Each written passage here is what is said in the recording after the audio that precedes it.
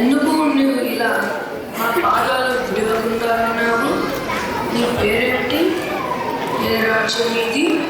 నీకు ఏం కష్టం వచ్చింది?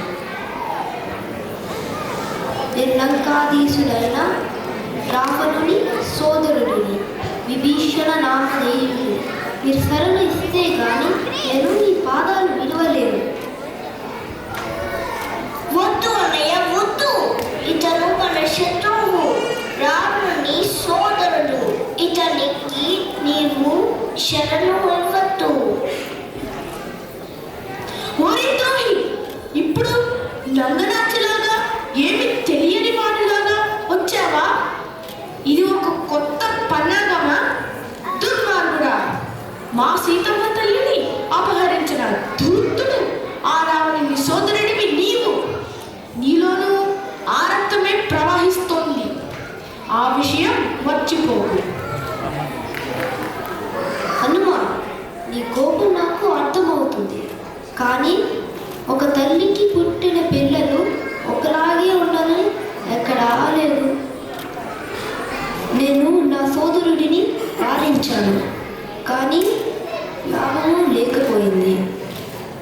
అవును, మాయారూపం ధరించి సీతను అపహరించాడు రావణుడు. నువ్వు అతనికి శరణు ఇవ్వద్దు. హనుమా, సుగ్రీవ, ఆక్రమం తగదు.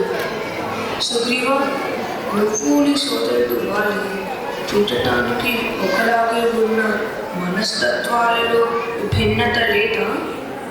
తన కోపమే తన శత్రువు. కోపంలో మన విచక్షణ నశిస్తుంది. కాబట్టి శాంతం మనకు ఉండవలసిన మూల లక్షణం. రామ, నువ్వు లేని సమయంలో మాయలేడిని పంపి అనేక మోసాలు చేసిన రాక్షస జాతిని ఎలా నమ్మాలి రామ? ఎలా నమ్మాలి? వద్దు, ఇతనికి శరణు ఇవ్వవద్దు. వద్దు, శరణు ఇవ్వవద్దు. రేపు యుద్ధంలో కూడా ఇతను మనల్ని మోసం చేయవచ్చు. వద్దు, శరణు ఇవ్వవద్దు. నన్ను శరణు కోరిన వాడిని నేను తప్పక కాపాడుతున్నా. అది నా క్షత్రియ. ఆఖరికి వచ్చిన వాడు శత్రువే అయిన అతని తమ్ముడైన శరణు ఇవ్వడం నా ధర్మం. సకృదేవ ప్రపన్నాయ తవాస్మృతి చయాచతే అభయం సర్వభూతేభ్యో దదామ్యేతత్ వ్రతం మమ. హే రామ, నువ్వు ఎంత గొప్పవాడివి, ధర్మపరుడివి. ఇది నా అదృష్టంగా భావిస్తున్నాను.